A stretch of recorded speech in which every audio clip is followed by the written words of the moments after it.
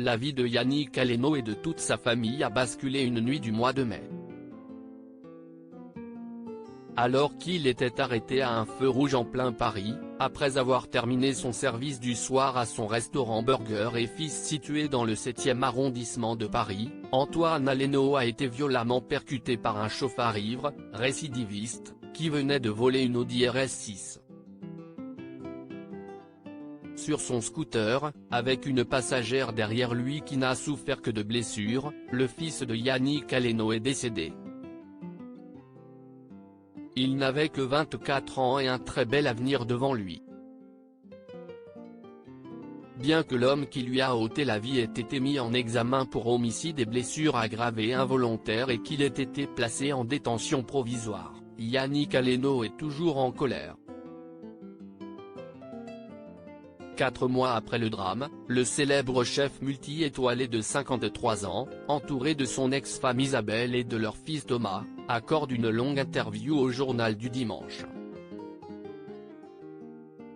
Comme Yannick Aleno l'avait annoncé peu de temps après la mort d'Antoine, il a créé l'association Antoine Aleno pour aider les proches de jeunes victimes de violences, projet lancé mardi prochain.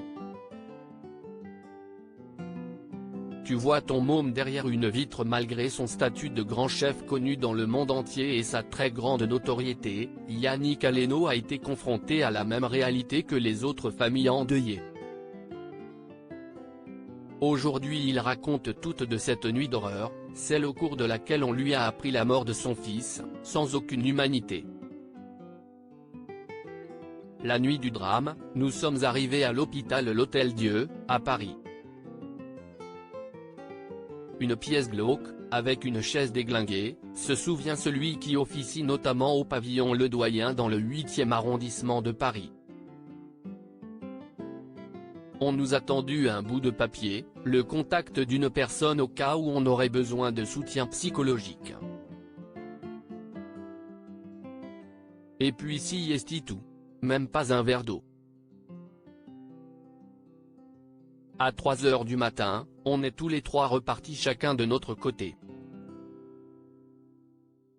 Sous le choc, Yannick Aleno, son ex-épouse et leur fils Thomas ont suivi le processus en se rendant là où reposait Antoine. Le lendemain, vous voulez voir votre enfant. Ça se passe à l'Institut médico-légal d'un bâtiment sordide derrière la gare de Lyon. Tu vois ton môme derrière une vitre, se remémore le chef auprès du JDD. Fort heureusement, une personne a alors fait preuve d'un peu plus d'humanité. On a rencontré une dame formidable de gentillesse et d'écoute.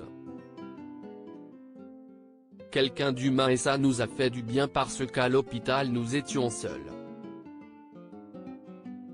Sans rien, confie Isabelle, la maman d'Antoine.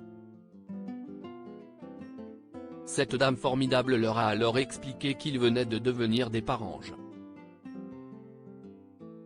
Elle a eu une expression assez jolie. Il n'existe pas de mot dans le dictionnaire pour qualifier les parents qui perdent un enfant. Elle nous a dit, désormais, vous êtes des parents. Des parents avec un ange, partage Yannick Aleno. 36 heures après la mort de leur fils, son corps leur a été restitué, quand certains parents doivent attendre jusqu'à 3 semaines. Ce n'est pas possible. On a pris conscience d'un monde inconnu et on s'est demandé comment accompagner les proches de ces jeunes victimes, explique Yannick Aleno. Je veux mettre ma notoriété au service du bien commun. Dans ce combat on a besoin de tout le monde.